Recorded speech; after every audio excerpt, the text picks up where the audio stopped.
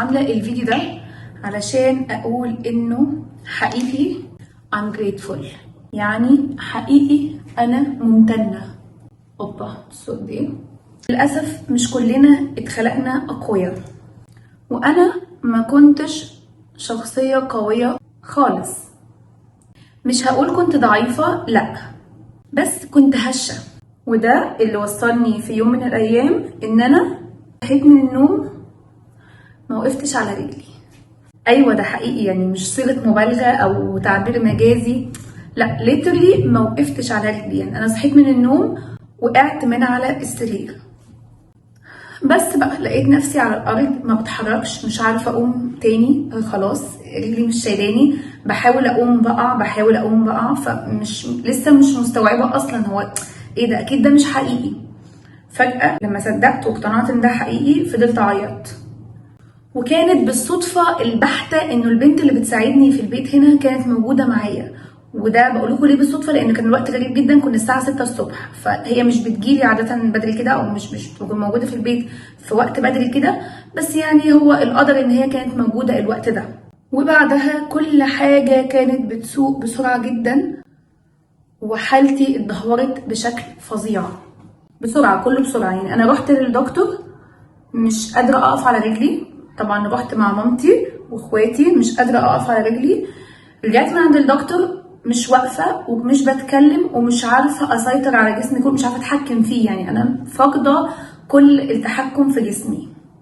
وتخيلوا انا اصلا مش عارفة انزل فيديو ده، بس عامة يعني انا ده ما كانش مخوفني، ما كانش هو ده اللي قلقني قوي يعني، او هو ده اللي بفكر فيه، ما كنتش مستوعباه اكتر. بس انا كل اللي كنت بفكر فيه وقتها ان انا بناتي لوحدهم، ان انا سايباهم لوحدهم. انا فجأة نزلت من البيت معرفش هما فين مع مين.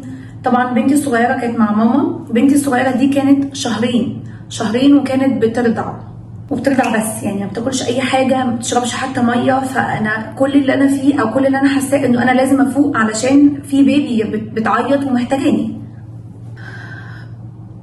رحت بقى المستشفى، لقيت نفسي في الطوارئ. فجأة لقيت نفسي في الطوارئ، من الطوارئ لقيت نفسي في رعاية بقى، وأجهزة وأكسجين وحاجات كتيرة قوي، وناس حواليا عندهم كلهم مشاكل، وكل الناس عمالة تعيط. موضوع كبير قوي قوي قوي.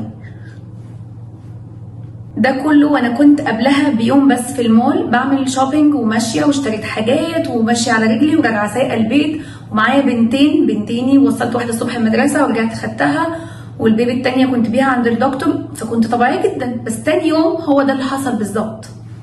بس زي ما بقول لكم ده ما كانش شاغلني، كان كل اللي شاغلني ان بنتي الصغيره خصوصا بترضع بس. فانا حتى بحاول ان انا اقوم عشان افوق، وحتى ما كانش معانا باباهم كان للاسف مسافر، وما قلتلوش حاجه، يعني هو كان مسافر بره مصر، ولسه طبعا ما يعرفش حاجه.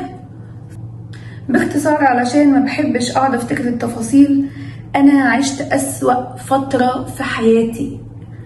لو هقولها في عناوين كده: حقن ما بتخلص، عايشه على اجهزه اكسجين، لا بعرف اكل ولا بعرف اشرب، بنتي عماله تعيط على طول، مش عارفه ارضعها وبتفضل تعيط لحد ما يجي الوقت اللي هي ينفع ترضع فيه، فطبعا ضعفت جدا.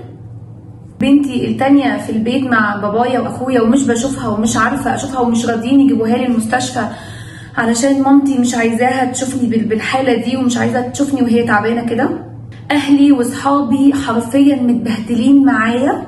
بس بصراحة دي كانت حاجة ايجابية بالنسبة لي. انا الفترة دي اكتر فترة في حياتي عرفت فيها بجد مين قريب مني، مين هيسأل عليا، مين هيهتم بيا.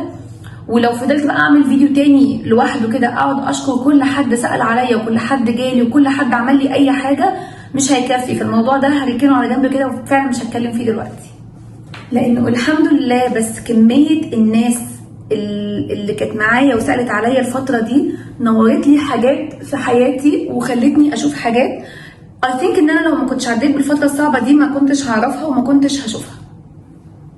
للأسف القلب كان فيه مشكلة وكان هيقف خالص، ورجعت دخلت رعاية تاني بعد ما كنت أخيرا طلعت منها، ورحت أوضة وحسيت شوية بأمل وأنا نايمة بالليل. دخلت يعني جت فجأة لقيت نفسي في 5 دكاترة حواليا، والقلب فيه مشكله وهيقف كده، فرجعت تاني دخلوني تاني الرعايه. وبس يعني بس يعني when I look back، لما برجع افتكر اللي حصل كده، انا زودت، لما برجع افتكر اللي حصل I think ان انا كنت محتاجه الالم ده كويس قوي عشان يفوقني. دلوقتي كل ما ابص على مكاني هناك في المستشفى او بفتكر نفسي وانا في المستشفى، بقول لنفسي لا، انا مش هرجع هناك تاني. It's a decision، مفهوش جدال ومفهوش احتمال بالنسبه لي. اتليست بايدي مش هرجع تاني هناك. حاجه اكون انا سبب فيها مش هرجع تاني هناك، او على الاقل مش هكون انا السبب اللي يخليني ارجع هناك تاني. طبعا لو حاجه من عند ربنا فخلاص، بس مش هكون انا السبب اللي يخليني ارجع هناك تاني. فايه بقى؟ اتعلمت اقول لا، اتعلمت اقلل زعلي، اتعلمت اتغافل واخد اعمل نفسي مش شايفه على قد ما اقدر طبعا، ومش كل حاجه يكون ليها رد فعل جوايا.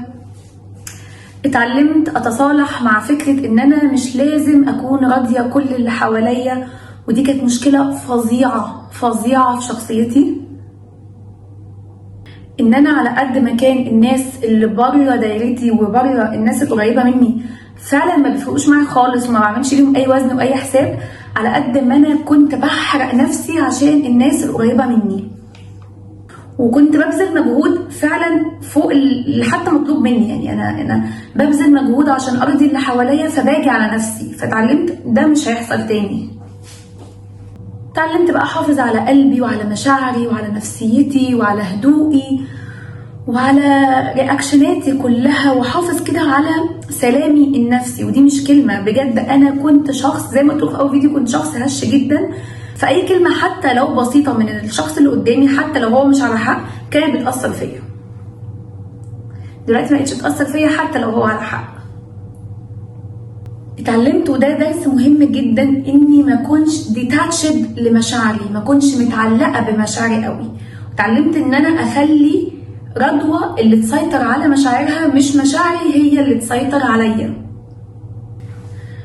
انا متاكده ان اللي بيشوف الفيديو ده دلوقتي دي مش صدفه، يعني ده بجد درس ليكي، ودي علامه ليكي او ليك ان انتوا اتعلموا بسرعه وفوق بسرعه، وما تعملوش حساب لمشاعر حد هتيجي عليكم، واتعلموا ان انتوا تنفصلوا من مشاعركم زي ما انا اتعلمت، قبل بجد ما تاخدوا الالم لا قدر الله، بعد الشر عليكم كلكم ان شاء الله. اللي انا شفته ده محدش ابدا يشوفه. اتعلموا ان انتوا تفوقوا، مش لازم، عشان انا بصراحه ما كنتش متوقعه ان ده يحصل. يعني انا كنت عارفه طول عمري ان انا حساسه، وان انا مشاعري اوفر، وان انا بتاثر جدا بحاجات كتير قوي، بس كنتش متخيله ان ده هيوصلني للي انا فيه او اللي انا وصلت له الحمد لله. ثواني افتح بتاعتي، انا شفت مش قادره تتفتح، جبت واحده تانية على طول، يعني مش تعلموا ان انتوا تحافظوا على نفسكم وعلى اعصابكم وعلى مشاعركم وعلى هدوء بالكم وراحه بالكم، قبل بجد ما تاخدوا الالم اللي انا خدته، وان شاء الله ما تاخدوش ابدا. بس ده مش كلمه وخلاص.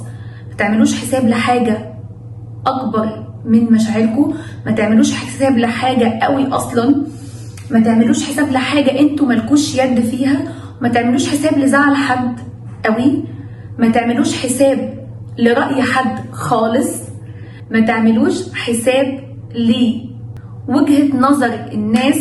مع ان انا بصراحه ما كنتش بعمل حساب لوجهة نظر الناس، بس انا كنت بعمل حساب للزعل قوي، كنت بعمل حساب ايه، لان حد ممكن يعني اجي على نفسي علشان اللي قدامي ما يحسش انه زعلان مني. ما تعملوش كده، لا صدقوني، اللي يزعل يزعل.